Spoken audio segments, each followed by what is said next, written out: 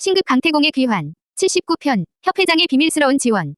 서리 거인의 협곡에서 돌아온 팀만원은 영웅이 되어 있었다. 흑어단의 북해 지부를 괴멸시키고 전설로만 알려진 얼음의 열쇠까지 손에 넣은 그들의 업적은 협회 전체를 뒤흔들었다. 특히 한소희를 구하기 위해 자신을 희생하려 했던 강민준의 리더십과 동료들의 끈끈한 유대감은 많은 낚시꾼들에게 귀감이 되었다.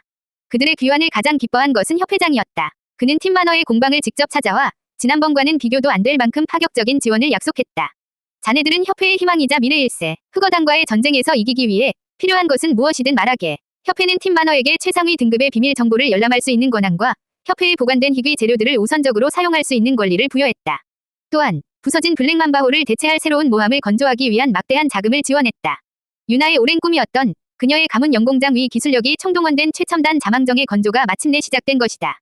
모든 것이 순조롭게 진행되는 듯했다. 하지만 민준의 마음속에는 한 가지 의문이 남아있었다. 협회장님은 무언가 숨기고 있어. 어심 읽기는 사람의 마음을 읽지 못하지만 민준은 오랜 경험을 통해 상대의 미세한 감정 변화를 감지할 수 있었다. 협회장은 흑어단에 대해 이야기할 때마다 분노와 함께 아주 희미한 죄책감과 두려움을 내비쳤다. 마치 과거의 흑어단과 깊은 악연이라도 있는 사람처럼. 그의 의문은 해신 박진태와의 만남에서 풀렸다. 민준은 박진태를 개인적으로 찾아가 심연의 심장과 흑어단 그리고 협회장의 관계에 대해 조심스럽게 물었다. 박진태는 한참 동안 침묵하더니 충격적인 과거를 털어놓았다. 지금의 협회장과 흑어단의 단주 어마는 한때는 둘도 없는 친구이자 대한민국 최강의 파티를 이끌었던 동료였네. 박진태의 이야기에 따르면 젊은 시절의 협회장과 어마는 심연의 심장을 찾아 함께 모험을 떠났다고 한다.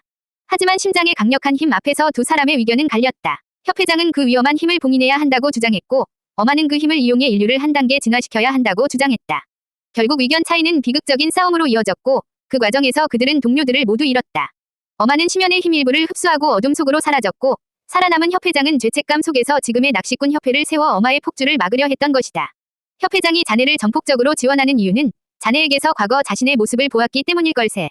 그리고 자네가 자신과 같은 실수를 반복하지 않기를 바라는 마음 때문이기도 하고 모든 진실을 알게 된 민준의 마음은 복잡했다. 이것은 이제 단순한 성과 악의 싸움이 아니었다. 잘못된 신념과 비극적인 과거가 뒤얽힌 거대한 운명의 소용돌이였다. 마지막 열쇠, 바람 위 단서는 동남아시아의 고대 유적, 성공의 재단에 있다는 기록이 있네. 아마 어마 역시 그곳으로 향하고 있을 걸세. 그곳이 바로 자네들의 마지막 시험대가 될 거야. 박진태의 조언을 뒤로한 채 공방으로 돌아온 민준은 새로 건조되고 있는 거대한 자망정을 바라보았다. 그의 어깨는 이전보다 훨씬 더 무거워져 있었다. 그는 이제 자신의 복수뿐만 아니라 비극으로 얼룩진 선배 세대의 과업까지 짊어지게 된 것이다. 80편, 해외로 눈을 돌리다.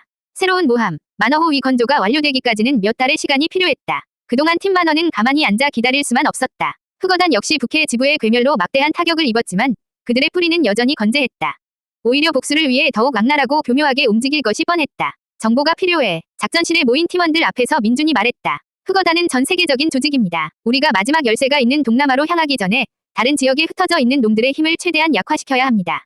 그들의 시선은 세계 지도로 향했다. 협회에서 제공받은 최신 정보에 따르면 흑어단은 유럽과 북미, 그리고 아마존 등지에 주요 거점을 두고 있었다.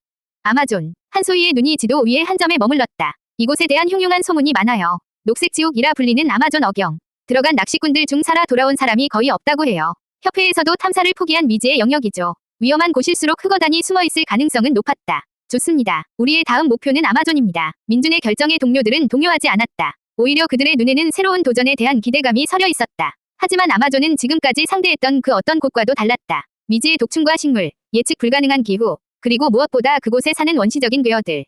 그곳을 공략하기 위해서는 새로운 힘과 동료가 필요했다. 아마존의 전문가를 찾아야 해. 유나는 자신의 정보망을 총동원하여 아마존 어경에서 유일하게 살아 돌아온 생존자에 대한 정보를 찾아냈다.